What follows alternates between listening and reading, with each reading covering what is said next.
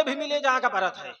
हाँ, समाज में कबहू को ऐसे गड़बड़ वाले आदमी आ जाते कि उन्हें पाए लगी करे का परत है। गड़बड़ वाले ना कहना। हाँ भाई ऐसा गड़बड़ वाले, ऐसा गड़बड़ वाले हैं।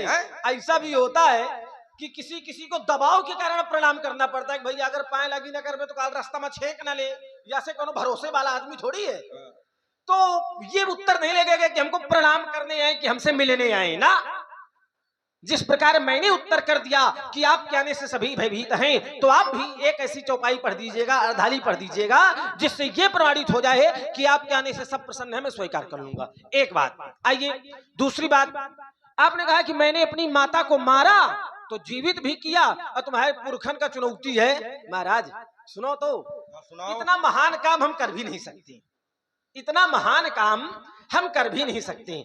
जो माता 9 माह अपने गर्भ में रखती है, अपने वक्षस्थल का पैपान कराती है, इतने कष्ट उठाती है, और उसी माता पर शस्त्र चलाना, अरे राम राम राम, ऐसा कार्य हमारे बस से बाहर है भाई। हे भोले बाबा, ऐसा पुत्र एक तो हो ना, और जो धोखे से हुई जा तो हो।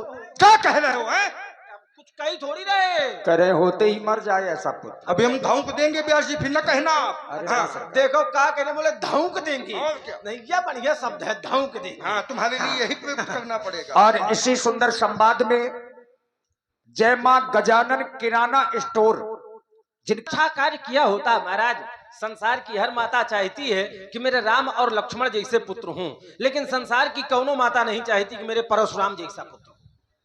बोले तुम्हारे पुरखन का चुनौती है, हमारे बस का ये कार्य नहीं है कि माता को मारना। जीवित किया ना, आपने जीवित नहीं किया।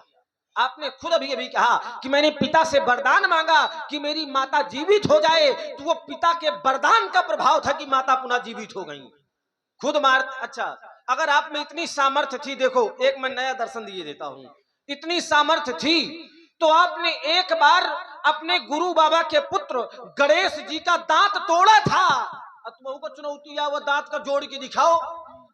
हमको बता रहे हो कि धनुष का जोड़ के दिखाओ, तो तुमने दांत तोड़ा था, और जाओ तुम दांत का जोड़ के दिखाओ, फिर आके हमसे कहना कि धनुष का जोड़ के दिखाओ। अच्छा, तो बात यहाँ जोड़ने तोड़ने की नहीं है, बात यहाँ पर यह है, मेरा तर्क ये था कि क्या गुरु के आदेश से किया हुआ कार्य गलत हो सकता है, और अगर नहीं तो फिर धनुष तोड़ने वाला दोषी कैसे?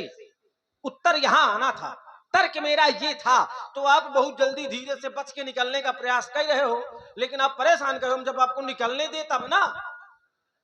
आज आपको भागने हम देंगे नहीं, ये मान ले भाई। तर्क सीधे सीधे ये है कि जब गुरु के आदेश से किया हुआ कार्य अनुचित नहीं होता है, तो फिर धनुष तोड़ने वाला अपराधी कैसे हो गया? दो बातें हैं, देखो कितना कम बोले हैं, अब आपको प्रसन्न करने के लिए अच्छा बोले हैं। अच्छा, हाँ, तो अब अच्छा उत्तर दे दो। बहुत ये प्रसन्न करने के लिए अच्छा है बोल रहे हैं, आगे बोल रहे हो, कहें बहुत अच्छा बोल रहे हैं।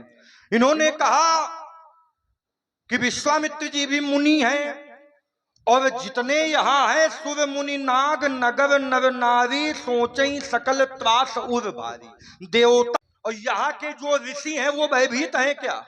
पहली बात, क्योंकि ऋषि जो होते हैं क्या उनके हृदय में भी डर होता है? ना यत्र शोका, ना यत्र मोहा, ना यत्र रागा, ना यत्र दोषा, ना यत्र मृत्यु भयम तिष्ठति। उनके हृदय में राग नहीं होता, द्वेष नहीं होता, मृत्यु का भय नहीं होता, तो उनके हृदय में फिर भय कैसा?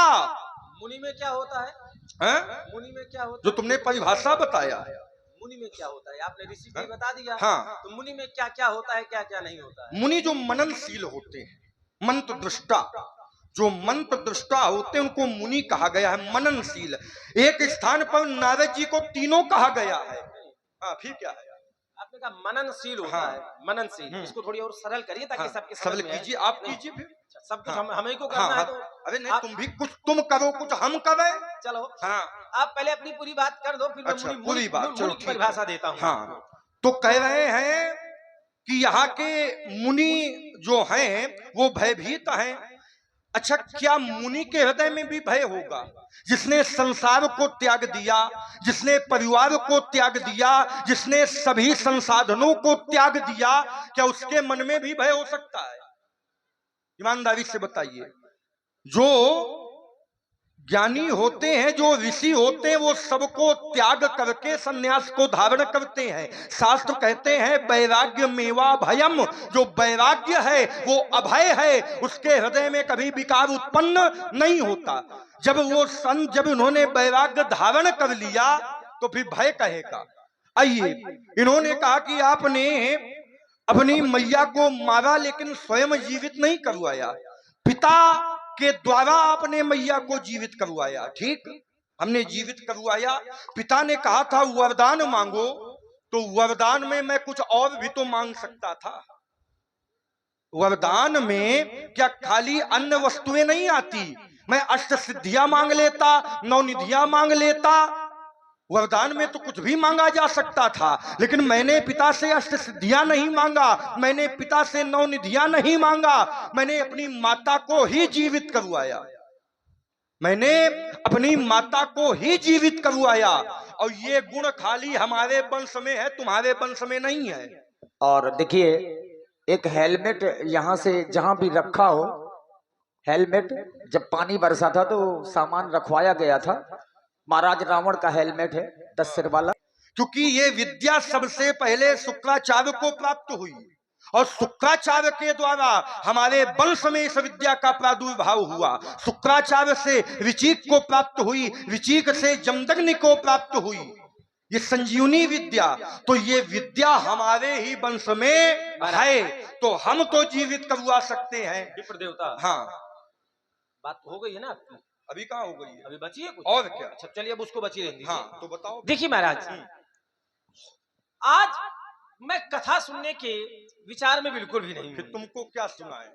आप कहते हैं कि संजीवनी इनके बाद इनको मिली, उनको मुझको ये सब नहीं सुनना है ना। तुमको सुनना क्या? जो देखिए तर्क हैं, आज सिर्फ उन्हीं पर चिंतन हो, सिर्फ तर्कों पर। जैसे आपने कहा कि मेरे आने से सब प्रसन्न है, मैंने आपकी बात को काटा, मैंने कहा ना सब भयभीत हैं। अब आपको उसमें चिंतन देना था कि नहीं भयभीत नहीं प्रसन्न है।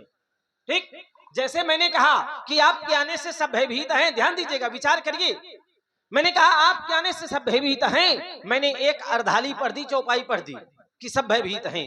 अब आप कोई ऐसा प्रमाण देते हैं, कोई चौपाई पढ़ते हैं जिससे ये प्रमाणित होता कि नहीं सब प्रसन्न है, मेरी बात कट जाती, बात हो जाती। दूसरी बात, मैंने कहा था कि जब गुरु की आज्ञा से किए हुए कार्यों में दोष नहीं लगता तो फिर धनुष तोड़ने वाला दोषी कैसे? तो आप कोई ऐसा प्रमाण लाइए जिससे ये प्रमाणित हो जाए कि गुरु के आदेश से किए हुए कार्यों में भी दोष लगता है।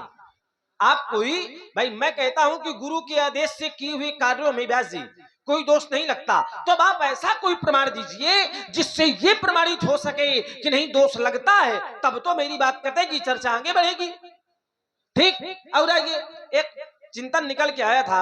आपने कहा कि मननशीला मुनि, जो मननशील हो वह मुनि, बोले भय नहीं होना चाहिए मुनियों के हृदय में। अगर आप मुनियों पर चिंतन करेंगे तो परशुराम जी को लक्ष्मण ने क्या माना? विचार करिए, लक्ष्मण ने परशुराम जी को क्या माना? तो मुनि माना। सुन मुनि वचन लखन मुस्कानी मुनि। अगर आप ये बताएंगे कि मुनियों के हृदय में भय नहीं होना चाहिए, तो मुनियों के हृदय में तो बहुत कुछ नहीं होना चाहिए। हमने तो ऐसा जाना है। और आप हैं श्री अखिलेश भैया, इटालिया वालों की ओर से 101 पुष्प मुद्राएं श्री परशुराम जी लक्ष्मण जी के चरणों में प्रदान है। धन्यवाद। ध्यान से सभी लोग सुनिए मुनि की परिभाषा। दुखे स्वन दुग्मेनः सुखेश विकृत स्पृहा वीतराग भय क्रोधा स्थिति मुनिरुच्यति। जय हो इंद्र देवता की। अब देखो, अब जहां जहां ही पहुंची है वन शांति से कुछ हो ही नहीं सका था। यज्ञ हुआ है तो यज्ञ का परिणाम वृष्टि है। अच्छा, मानते हो कि यज्ञ हुआ है? हाँ, हुआ है। सब लोग देखिए नया चिंतन बिल्कुल। कहते हैं कि यज्ञ हुआ है। अब भैया यज्ञ में उन व्यवधान मचा हुआ है, वह हुआ है। अच्छा, यहाँ से जोड़ोगे? देखत यज्ञ। व्यास जी भाई कहते हैं, परशुराम जी कहते हैं, अरे पनिया आए हो, करो आगे न हो बरसा था, थोड़ी हमें सुनो। इतना समय नहीं है कि आप इसी में लगे रहोगे, हम चले जाएंगे, पहले हमको सुनो ध्यान से। बहुत दूर जाना है।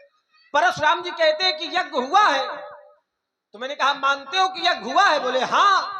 अच्छा, यज्ञ में जो विघ्न मचावे वो कौन होते हैं? कौन होते हैं? आचार्य कहते हैं, व्यास जी कह रहे थे अभी। क्या कह रहे थे? क्या कह रहे थे? कुछ नहीं, देखत यज्ञ।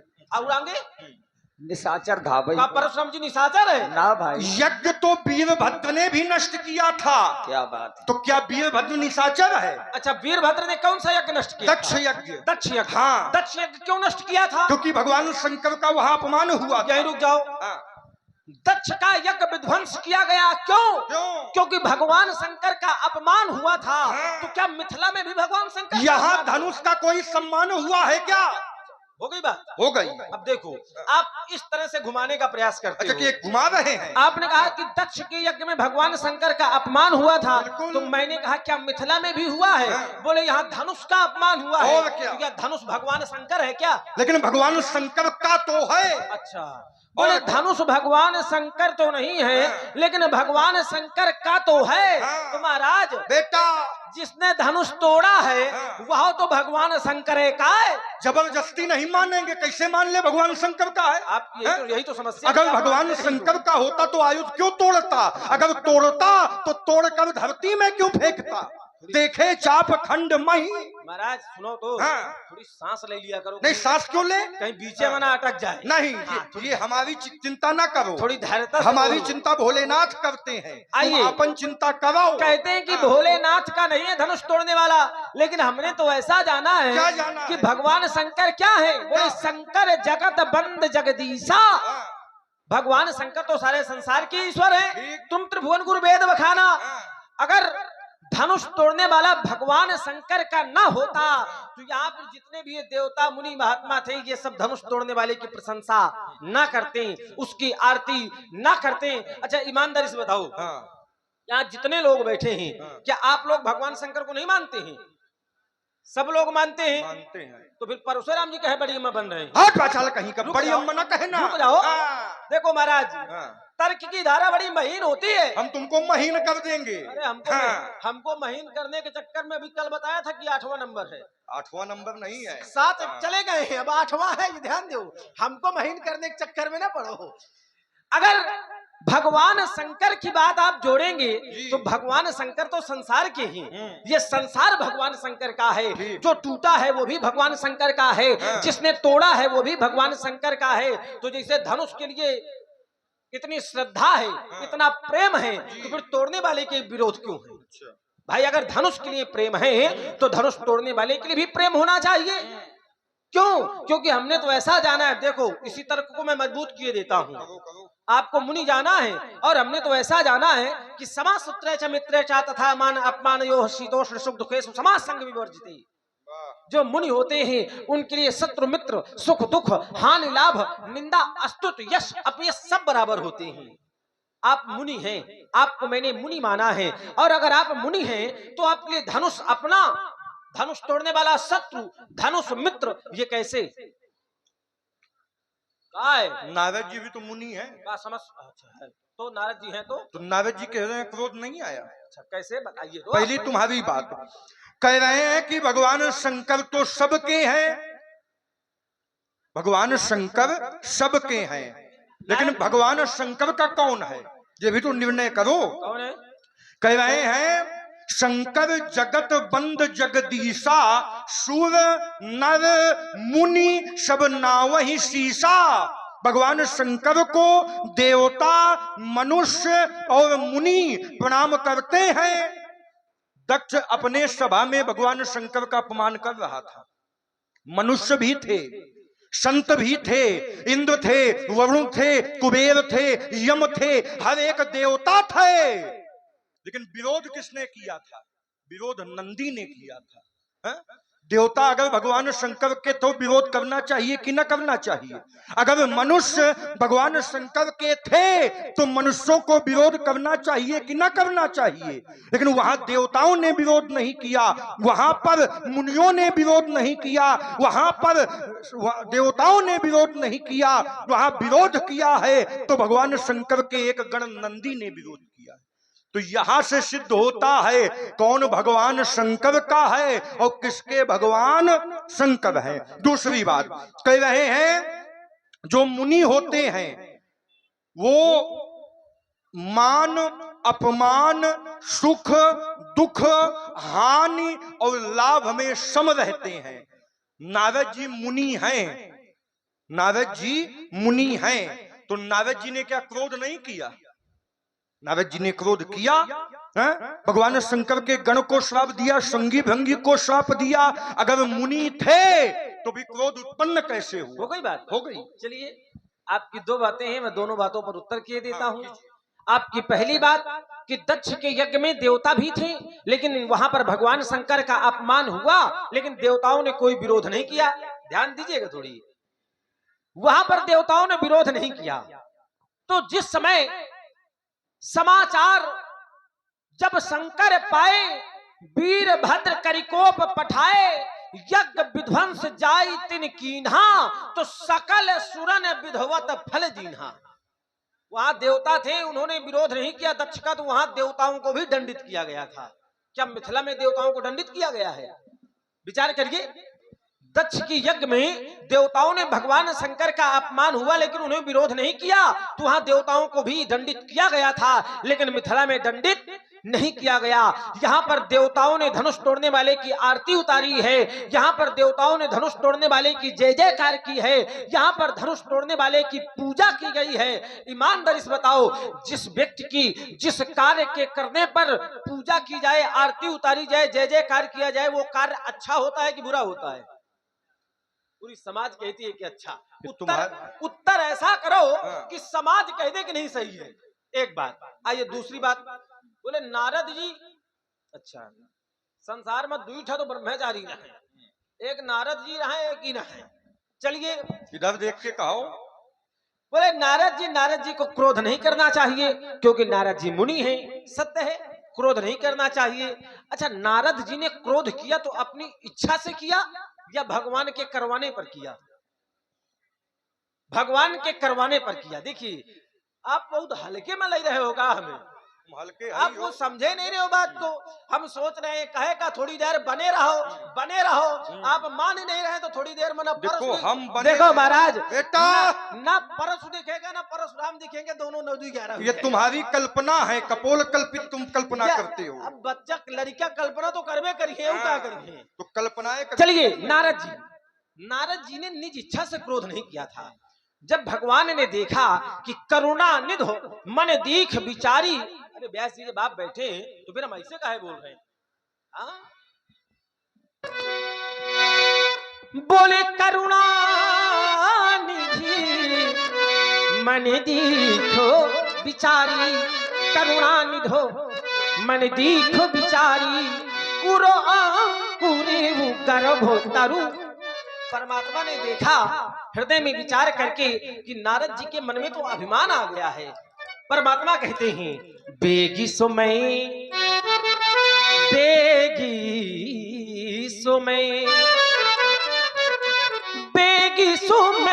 दारी हो उखारी, बेगी सुमय दारी हो उखारी, क्योंकि बनो हमारे सेवक ही तो। परमात्मा कहते हैं कि ये अभिमान मैं नष्ट कर दूंगा, इससे फल क्या होगा? मुनि करे ही तो, मुनि करे ही तो, मुनि करे ही तो ममे को तुको, अवश्य उपाय करब हम सोई। ये भगवान की महिमा थी, ये भगवान की माया थी कि नारद जी उसी मार्ग से सदैव निकलते थे, तो नारद जी को कभी कोई नगर नहीं मिला, लेकिन भगवान ने ऐसी माया कर दी कि उस नगर में, उस मार्ग में एक नगर मिला, राजा मिला, राजा की पुत्री मिली। ये परमात्मा की माया थी। आप हैं श्री नरेश सोनी जी और मनीष सोनी जी, ग्राम इटेलिया बाजा से। आपकी ओर से 51 पुष्प मुद्राएं सुंदर संवाद में प्रदान है। भैया श्री ब्रजेंद्र सिंह परिहार, श्री देवेंद्र सिंह परिहार, 51 पुष्प मुद्राएं आपकी ओर से भी बहुत बहुत धन्यवाद। देखिए, आचार्य कहते हैं व्यास जी महाराज कि परमात्मा की माया नारद जी के ऊपर अपना प्रभाव डालने लगी, लेकिन नारद जी समझ नहीं पाए। नारद जी जैसा ज्ञानी, आचार्य कहते हैं, बोले माया विवश भयो मुनि मूढ़ा, माया विवश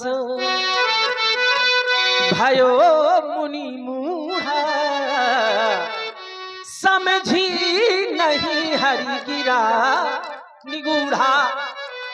देवर्षि नारद माया के